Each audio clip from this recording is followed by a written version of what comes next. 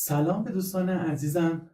توی این ویدیو میخوایم در رابطه با سایت محتوایی با هم دیگه صحبت بکنیم و اینکه یک سایت محتوایی چه ویژگی‌هایی باید داشته باشه و اینکه شما چطور میتونید از یک سایت محتوایی به کسب درآمد برسید. شاید دوست داشته باشید که یک سایتی رو طراحی بکنید با کمترین هزینه و در قبالش با تولید محتواهای بسیار ارزشمند شما اون سایت رو در واقع بهش ارزش بدید و از طریقش به کسب درآمد برسید. خب اگر که دوست دارید که این روش رو یاد بگیرید با من همراه باشید و برای حمایت بیشتر لطفاً سابسکرایب و زنگوله یادتون نره. خب حالا که تا اینجا اومدین بذارین در رابطه با انواع سایت محتوایی با شما صحبت بکنم. سایت های محتوایی به سایت هایی گفته میشه که در واقع از طریق اون شما یک سری محتواهایی تولید میکنید که به صورت یونیک هست، یعنی طبق یک الگوریتم نوشتاری شما میاید یک سری نیازهایی رو در واقع پاسخ میدید داخل وبسایتتون که جذابیت داشته باشه برای مخاطباتون، که سوال و دغدغه‌های مخاطبین باشه. در چه صورت میتونید اینها رو پیدا بکنید؟ از طریق سیستم سرچ گوگل میتونیم به این چیزها دسترسی پیدا بکنیم که مردم بیشتر دنبال چه مطالبی هستند و از طریق اون تولید محتوای خودمون رو شروع بکنیم و محتواهای جدید به روز در رابطه با پاسخ به نیازهای اونها بدیم و از این طریق به کسب بازدید و مخاطب بپردازیم و همینطور در شبکه‌های اجتماعی مختلف فعالیت خودمون رو به صورت موازی ادامه بدیم. پس اگر که مایل باشید ادامه ویدیو رو بریم و به صورت تصویری ببینیم. خب دوستان گلم، همینطور که توی تصویر مشاهده میکنید اینجا ما به معرفی انواع سایت های محتوا محور و نحوه عملکرد اونها میپردازیم که در واقع یه سری افراد با کمترین هزینه صاحب وبسایت شدن که درآمد و ارزش باور نکردنی داره واقعا، و این افراد ابتدا سایتی رو اندازی کرده و سپس با استفاده از بازاریابی محتوایی اقدام به جذب مخاطب و مشتری کردن و نمونه بارز این گونه سایت های برجسته سایت های محتوایی یا سایت های محتوا محور هستند و در اینجا به معرفی و نحوه عملکرد و درآمدزایی اونها میپردازیم. خب منظور از سایت محتوایی یا سایت محتوا محور اینه که سایتی که بر اساس اصول بازاریابی محتوایی راه اندازی شده و در اون محتوا بیشترین نقش را ایفا میکنه. سایت محتوایی اساساً کتابخانه‌ای از محتوا و اطلاعاتیه که حول یک موضوع خاص ساخته شده باشه و هدف معمولاً ثابته.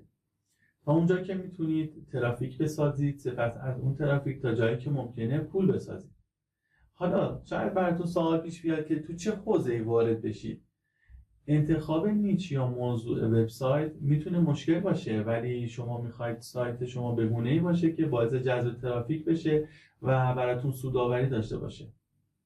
پس باید دنبال موضوعاتی برید که در واقع مردم علاقه‌مندی بیشتری نسبت به اون موضوعات دارن نشون میدن.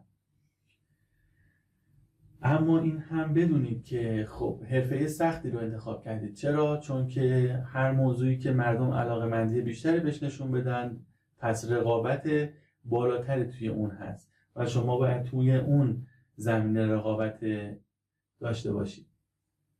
و مثلا حوزه‌هایی مثل امور مالی، تجارت، املاک و سهام ممکنه یکی از پربازدیدترین و رقابت‌ترین موضوعاتی باشن که الان جامعه ما هستش.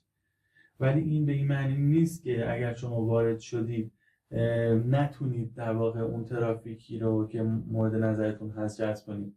باید تلاش مستمر داشته باشید، تولید محتوا بکنید، از روش‌های تولید محتوای جدید بهره بگیرید و الگوریتم‌ها رو شناسایی بکنید تا بتونید از طریق اون یک محتوای یونیکی تولید بکنید که دیده بشید و بتونید جذب ترافیک کنید.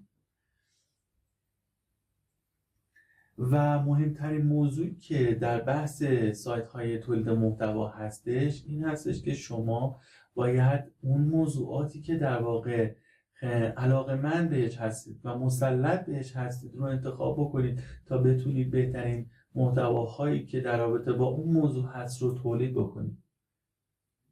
و از طریق اون در واقع جذب ترافیک کنید و تبلیغات بگیرید و به کسب درآمد برسید. خب حالا شاید مثلا برای شما سوال پیش بیاد که یک سایت محتوایی میتونه مثلا چه شکلی باشه.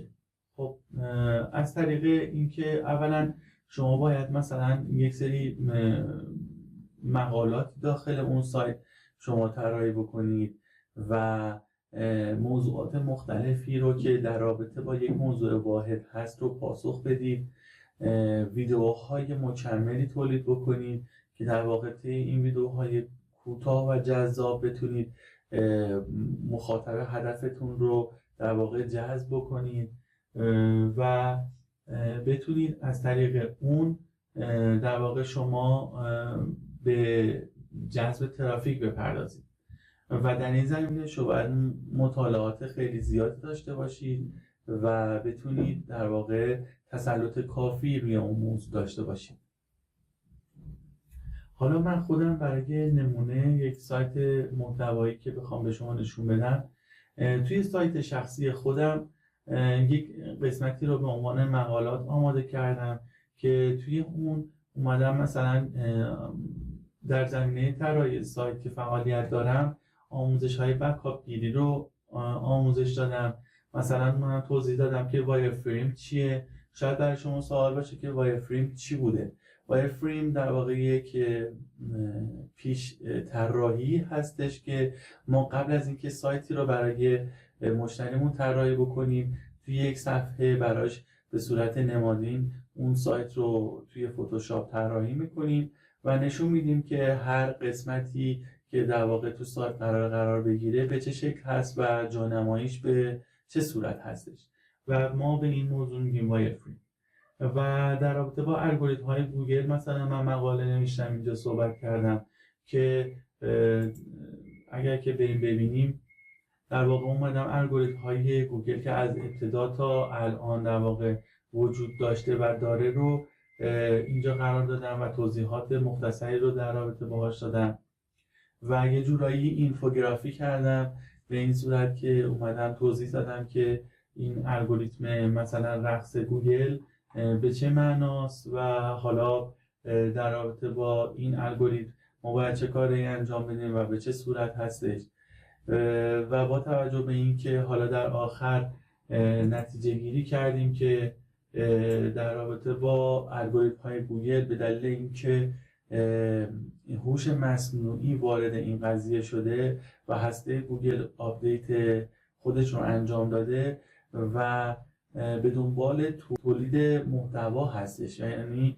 محتواهای یونیک رو مد نظر قرار داره گوگل الان برای اینکه بهشون رتبه بده و اون الگوریتم هایی که قبلا داشت دیگه به اون صورت مد نظرش نیست و شما هر چه تولید محتوای بهتری داشته باشید توی این زمینه و بتونید موضوعات در واقع کاملتری رو ارائه بدید و خاصتری رو ارائه بدید، پس جایگاه بیشتری در واقع در گوگل دارید و شما میتونید به کاربرای گوگل و مخاطباش پاسخهای بیشتری رو بدید، پس گوگل هم به شما اعتبار میده.